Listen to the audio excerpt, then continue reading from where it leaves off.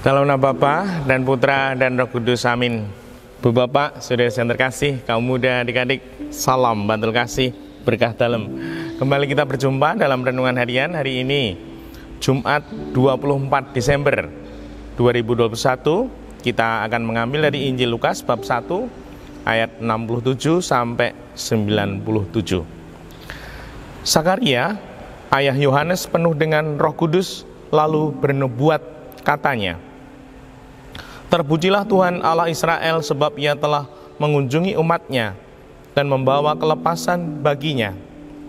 Ia menumbuhkan sebuah tanduk keselamatan bagi kita di dalam keturunan Daud hamba-Nya, seperti yang telah difirmankannya sejak purbakala lewat mulut nabi-nabinya yang kudus, untuk melepaskan kita dari musuh-musuh kita dan dari tangan semua orang yang membenci kita, untuk menunjukkan rahmat-Nya kepada nenek moyang kita dan mengingat akan perjanjian-Nya yang kudus, yaitu sumpah yang diucapkannya kepada Abraham bapa leluhur kita, bahwa Ia mengaruniai kita supaya kita terlepas dari tangan musuh dapat beribadat kepadanya tanpa takut dalam kekudusan dan kebenaran di hadapan-Nya seumur hidup kita.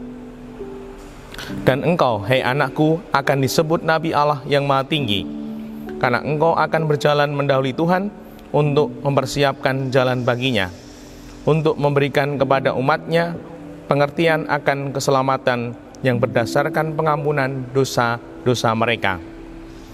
Oleh rahmat dan belas kasihan dan Allah kita, dengan mana Ia akan mengunjungi kita, surya pagi dari tempat yang tinggi, untuk menyinari mereka yang diam dalam kegelapan dan naungan maut, untuk mengarahkan kaki kita kepada jalan damai sejahtera."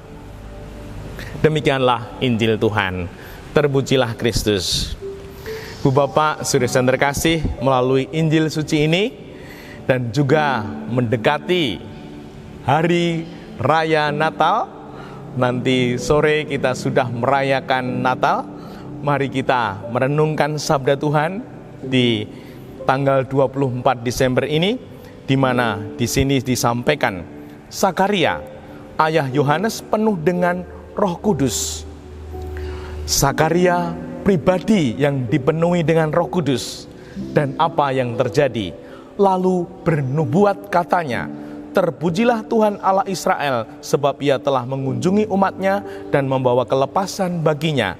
Ia menumbuhkan sebuah tanduk keselamatan bagi kita dalam keturunan Daud hamba-Nya," dan seterusnya. Ternyata pribadi yang dipenuhi oleh Roh Kudus itu sungguh luar biasa. Dia menjadi pribadi yang memuji, meluhurkan Tuhan, dan bernubuat, bersaksi tentang imannya. Dan kalau kita merenungkan hidup kita ini juga punya roh dan juga punya daging. Dan seringkali kita mengatakan roh itu kuat, daging itu lemah. Mari kita mohon Roh Kudus agar kita, daging kita ini, diri kita sebagai manusia ini yang lemah ini dikuatkan, sehingga kita dimampukan bernubuat, memuji, meluhurkan Tuhan sebagai pribadi-pribadi yang ingin sungguh menekuni kehendak Tuhan dalam hidup kita. Untuk itu, sebentar lagi kita merayakan Hari Raya Natal. Kita mendapatkan Sang Timur, Tuhan Yesus lahir untuk kita.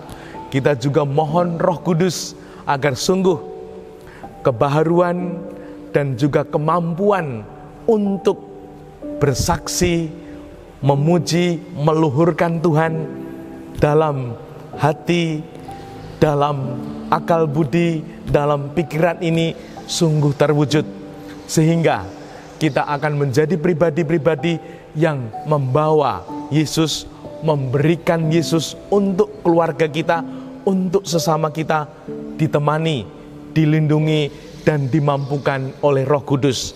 Dan semoga kita sungguh-sungguh mampu karena kita dituntun oleh Roh-Nya, Roh Kudus-Nya, sehingga sungguh kita yang lemah dimampukan menjadi berkah yang nyata untuk makin membuat pribadi-pribadi yang dekat dengan kita mencintai Tuhan kita yang lahir untuk kita di masa yang tidak mudah ini.